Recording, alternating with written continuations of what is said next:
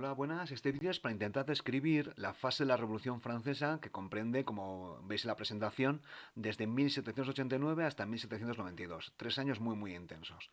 Entonces, este periodo se conoce como la monarquía constitucional y la idea es explicar el deslizamiento revolucionario hasta la Primera República Francesa, que también se conoce como la Convención Nacional. Pues bueno, vamos allá.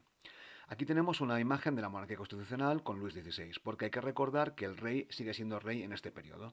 Entonces, si os acordáis, habían tenido lugar los sucesos de la Bastilla, el asalto a la Bastilla, la revolución campesina, la revolución en la corte en palacio, ¿no? Entonces, en estos momentos, en el julio de 1789, el rey cede y accede a compartir el poder. Entonces, sigue teniendo poderes, ¿eh? Porque se va a aprobar una constitución, el rey tiene poderes simbólicos y también tiene ciertos poderes como pues, nombrar ministros, vetar ciertas leyes, y encarga la gestión del orden a un noble, el marqués de Lafayette, que si os acordáis había sido el héroe de la Revolución Americana, había sido el comandante francés que había ido a América a luchar por los rebeldes americanos. Era un noble y podía contar con el respeto a la nobleza, pero al mismo tiempo liberal y reformista.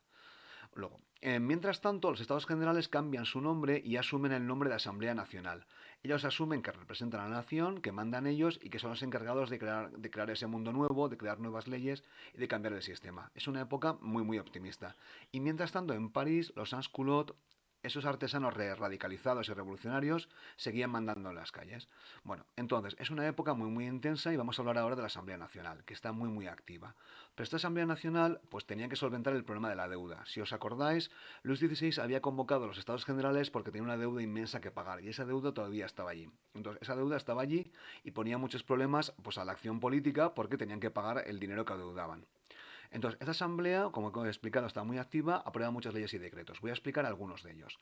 Algunos de ellos, por ejemplo, son simbólicos, no tenían mayor importancia. Por ejemplo, aprueban la famosa Declaración de Derechos del Hombre y del Ciudadano, que se aprueba en 1789 y que es una primera gran declaración de derechos. Bueno, la primera no, la segunda, porque la primera se declara en Virginia durante la Revolución Americana. Luego hacen reformas legales, redactan una constitución. Una constitución es la ley máxima de un país, es un documento escrito y ponía en el mismo papel, bueno, en los mismos papeles, pues las leyes principales de un país. Servía para limitar el poder del rey y establecía como una especie de mapa político sobre quién mandaba en Francia. Una cosa es que esté en el papel, otra cosa es que luego después se cumpla.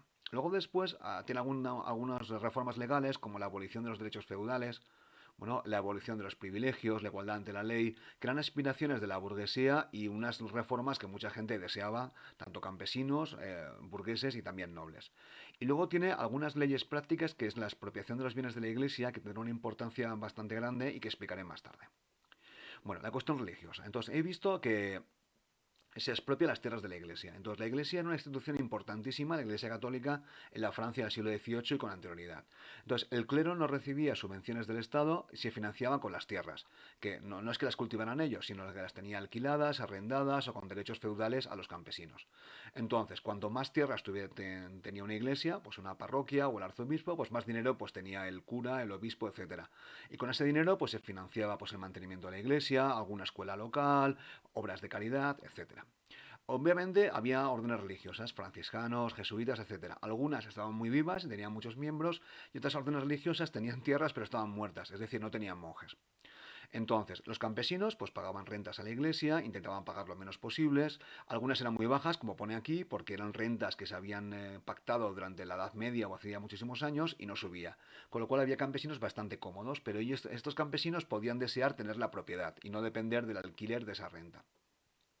Y luego después, dentro de los burgueses y de los ilustrados, sobre todo, esto es un concepto muy español, ¿no? Decían que las tierras de la iglesia estaban muertas, que no se aprovechaban de forma suficiente o de forma efectiva. Esto es debatible, pero sí que es cierto que ante la burguesía se decía que las tierras de la iglesia estaban mal aprovechadas. Y la burguesía, que tenía dinero, que hacía negocios, pues quería comprar estas tierras, y algunos campesinos, como he comentado también. Esto es la cuestión religiosa de las tierras en la revolución. Entonces, cuando se expropian, se venden las tierras de la iglesia, se expropian la mayor parte de ellas y se venden a campesinos y a burgueses que querían comprarla. Bueno, aquí tenemos un evento que tiene, esto es por ejemplo la abadía de Cluny, que es una orden monástica importantísima durante la Edad Media, que en esta época no tenía apenas monjes y tenía una abadía impresionante pues en la pueblo ciudad de Cluny. Esta abadía se perdió pues durante la Revolución Francesa. Es un ejemplo de orden muerta religiosa que había en Francia. Entonces, cuando se expropia, que en España se llama desamortizar, pues entonces el gobierno expropia las tierras, la Asamblea Nacional, que consigue dinero contante y sonante, las vende y paga deudas. Entonces, las tierras, básicamente, el dinero conseguido a través de ellas salva la revolución. Estas tierras fueron bastante mal vendidas, porque cuando vendes muchas tierras a la vez, pues las vendes por menos dinero. El clero obviamente se enfada muchísimo, ese clero bueno, que creía todavía y que quería continuar con su fe, no tiene dinero y rentas y de repente se encuentra en necesidad. Además, la Asamblea Nacional no se fiaba de los curas que tenían lealtad a Roma y les obliga a jurar la Constitución. Entonces, la Constitución estaba por delante de su fe. Esto supone un problema para muchos clérigos y para muchos curas que se niegan. Son los curas refractarios porque pues, pretendían o tenían la obediencia a Roma. Bueno, pues estos curas refractarios pues tendrán muchos problemas, algunos serán expulsados o asesinados y se verán como enemigos de la patria. Otros abandonarán los hábitos y pasarán a la vida civil, incluso se casarán, y otros jurarán la Constitución. Básicamente la Asamblea pretende que los clérigos sean funcionarios. Claro, cuando la Iglesia pierde las tierras, eso es malo para los curas, que tienen menos ingresos, pero también se abandonan muchas obras de caridad, etcétera, el patrimonio artístico, tienen efectos colaterales. Bueno, pues ahora resulta que los campesinos que son amigos de los curas, a veces cuando se venden sus tierras, ahora el propietario no son ellos, sino que es un burgués. Los burgueses son mucho más espabilados con el dinero y a veces pues cobraban rentas más altas o por lo menos se intentaban cobrar las rentas pues con más insistencia. Entonces, estos campesinos perjudicados tienden a apoyar al clero, otros se benefician. Claro, los que han comprado tierras están contentísimos y luego después la burguesía que ha comprado las tierras obviamente se convierte en revolucionaria. ¿Por qué? Si resulta que hay una contrarrevolución de la nobleza o de la iglesia o el rey retoma el poder, obviamente estaban reclamando retomar las tierras. Con lo cual, si la revolución pierde, los burgueses que habían comprado las tierras pues perderían sus tierras. Con lo cual, estos burgueses que han comprado se convierten en revolucionarios. Esto es importantísimo para lo que vendrá después. Bueno, mientras tanto, esto era un problema esencial, la dinámica política es complicadísima y la Asamblea Nacional tiene muchos problemas. Bueno, he hablado de la constitución civil del clero, que rompe al país, no solamente por el tema monetario, sino porque mucha gente era muy creyente y muy religiosa. Por ejemplo, en el País Vasco francés es una zona muy católica, en Bretaña, en la zona catalana del sur, etcétera, etcétera. Y hay muchos problemas. Luego después los revolucionarios, algunos quieren ir más allá. Esto se conoce como el deslizamiento de revolucionario. La revolución, algunos no se contentan y se forman muchos clubes, que es una especie de partidos políticos, que no son como los partidos políticos, pero parecidos. Y los más conocidos son los girondinos, un poco de centro-derecha, por simplificar, y los jacobinos. Y luego después los problemas de suministro que ya existían en época de Luis XVI continúan. Obviamente el precio del pan sigue estando alto, hay problemas de suministro, etcétera, etcétera. Y claro, si el pan está alto, mucha gente sigue enfadada. Aquí tenemos una imagen idealizada de los sans-culottes, creo que la puse en la otra presentación. Bueno, estos artesanos revolucionarios piden justicia social, protestan contra el precio del pan, piden la limitación de los salarios, etcétera, etcétera. Son bastante radicales y en estos momentos la familia real, que tiene poderes simbólicos y en teoría tiene poderes legales, porque la constitución que han aprobado les da poderes legales, se encuentra protegida, entre comillas, secuestrada por los revolucionarios. No están en Versalles, están en un palacio en mitad de París, creo que es en las Tullerías, si me acuerdo bien, y la familia real está tensa, porque estos revolucionarios parisinos que quieren vigilar la revolución los tienen protegidos, entre comillas.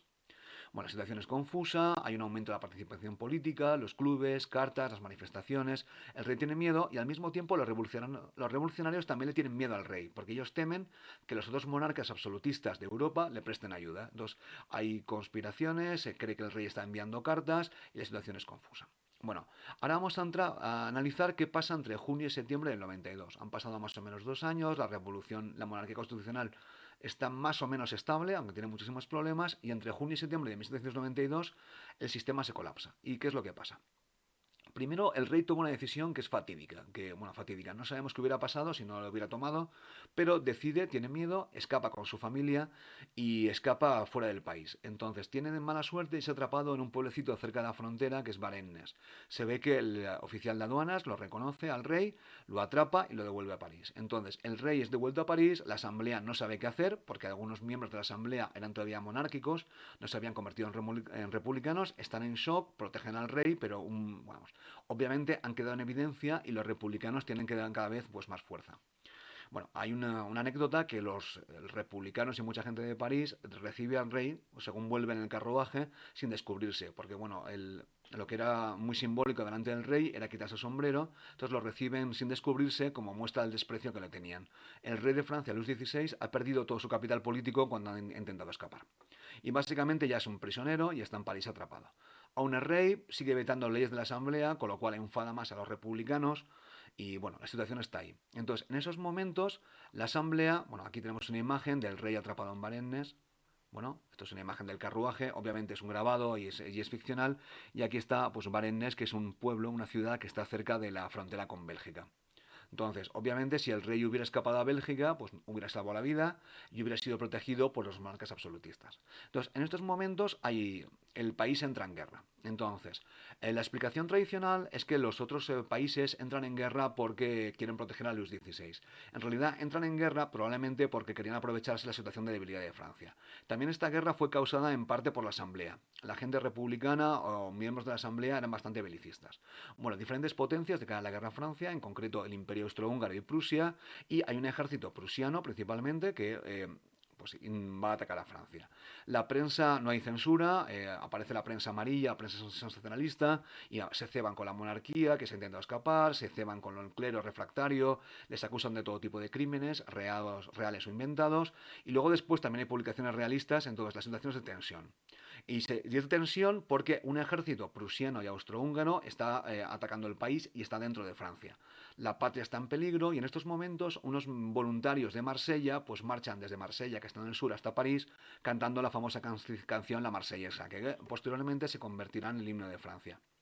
Los ambientes están muy muy radicalizados. Aquí tenemos al comandante prusiano, el duque de Brunswick, que como se le puede ver en la imagen es un aristócrata prusiano de vieja escuela, que hace un manifiesto. Un manifiesto es un documento en el cual se posiciona y el duque de Brunswick explica su proyecto político respecto a Francia. En ese manifiesto, que tiene mucha difusión, amenaza a la ciudad de París con pasarla a cuchillo, ¿no? Con graves represalias si el rey, la reina o su familia sufren daño. Es una amenaza y entonces aumenta la apuesta. Entonces el manifiesto del duque de Brunswick hace que la situación se radicalice más, la gente piense, o algunos republicanos piensen, o más radicales, que el rey está conspirando, y se produce una crisis ya más concreta. En agosto tiene lugar lo que se llama la Segunda Revolución Francesa, la segunda fase. Los sans-culottes, no solamente ellos, pero más gente, el pueblo de París o la gente más radical, asalta el Palacio de las Tullerías, donde el rey Luis XVI estaba protegido. Tenía unos guardias suizos, que son todos asesinados.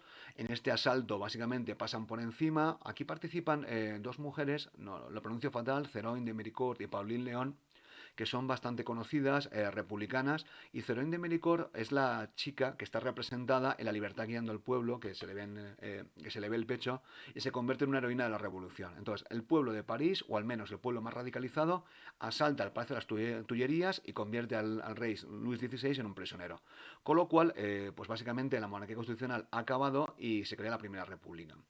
Además, se crea con una unidad militar que se llama la Guardia Nacional. La Guardia Nacional es una institución francesa y está creada como un ejército del pueblo revolucionario para proteger la revolución. Está formada por los sans-culottes, voluntarios de provincias, la marsellesa, y es un ejército francés de ciudadanos que defienden su patria. Bueno, entonces, una vez se forma la Guardia Nacional, la guerra continúa y al final la Guardia Nacional o el ejército de Francia obtendrá una victoria en septiembre que les permitirá vencer en la guerra. Y en septiembre la Asamblea Nacional se disuelve y crean otra asamblea que le llaman la Convención Nacional, porque quieren cambiar de sistema. Son de más de 700 miembros, algunos son los mismos que los de la Asamblea, otros son diferentes. Y esta Convención Nacional pues crea la Primera República Francesa. Bueno, entonces, ahora vamos un poco a pensar sobre el papel de Luis XVI. Es un poco confuso. Probablemente mi tesis es que fue su indecisión la que causó su caída. Tenía una opción, que es ser más autoritario, si hubiera sido más estricto y hubiera metido en la cárcel a los revolucionarios desde el principio, pues probablemente hubiera sobrevivido. No es lo más ético, pero era un rey demasiado que tenía pánico a la violencia y no quería usarla. Y luego después, por otra parte, la opción 2 es que hubiera aceptado su papel secundario de monarca constitucional. Si hubiera sido un poco más espabilado, inteligente y si hubiera contenido y hubiera vetado menos, pues quizás hubiera sobrevivido también. Lamentablemente, el estar en medio de la indecisión causó su caída y probablemente fue la causa de su ejecución durante el periodo de la convención. Bueno, y con esto acabo la videoconferencia, espero que se haya entendido y bueno, hasta la siguiente.